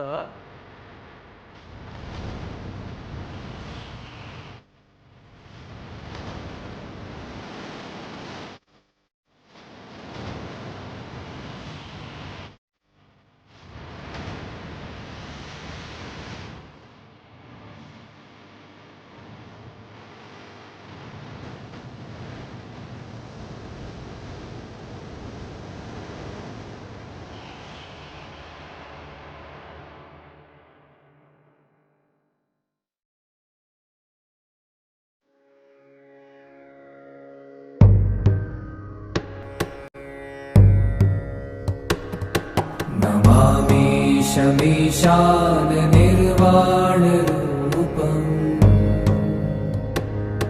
विभुं व्यापकं ब्रह्मवेद स्वरूपम्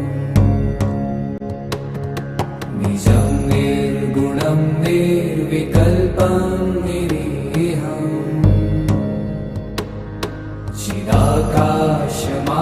चिदाकाशमाकाशवासं भजेऽहम्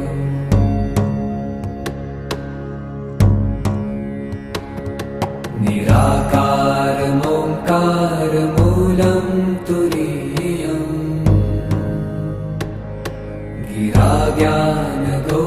गिराज्ञानगोतीतमीशं गिरीशम्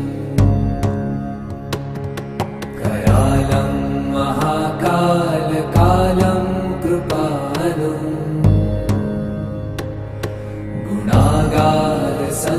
गुणागारसंसारपारं नतोऽहम्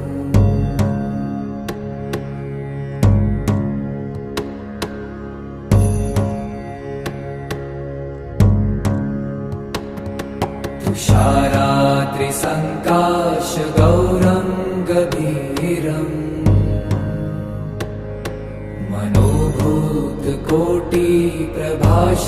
मनोभूतकोटिप्रभाश्रीशरीरम् स्फुरन्मौलिकल्लोलिनी चारुगङ्गा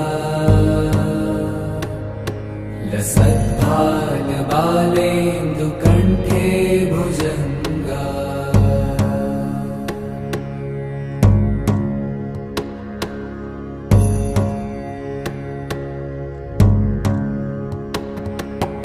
चलत्कुण्डलं भ्रूसुनेत्रं विशालम् Listen to shockingly good podcasts on the YouTube Music app. प्रसन्नाननं नीलकण्ठं दयालम् मृगाधीशचर्माम्बरं मुण्डमालम् प्रियं शङ्करं सर्वनाथं भजामि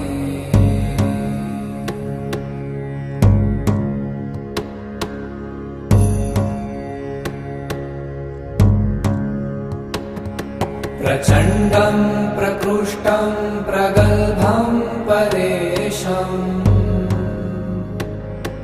अखण्डम् अजं भानुकोटिप्रकाशम्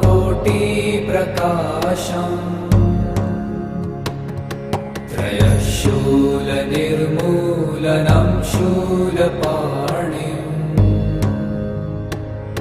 भजेऽहं भवानीपतिं भावगम्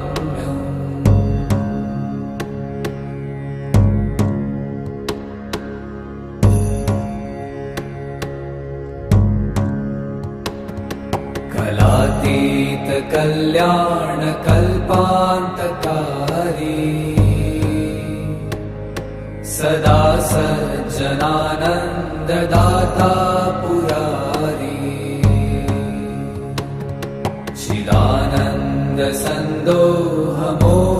चिदानन्दसन्दोहमोहापहारी प्रसीद प्रसीद प्रभो मन्मथारी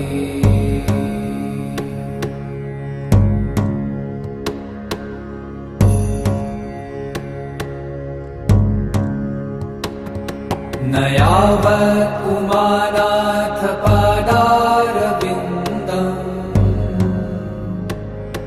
भजन्ति ह लोके परे वा नराणाम्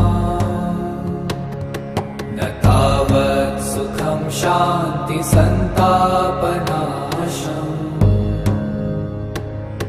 प्रसीद प्रभो सर्वभूताधिवासम्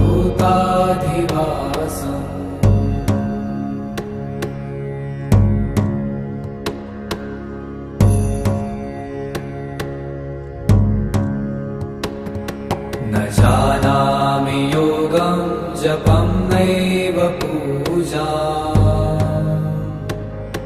न तोऽहं सदा सर्वदा शम्भुतुभ्यम्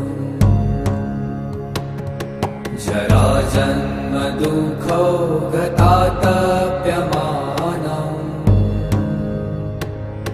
प्रभो पाहि यापन्नमामीश शम्भो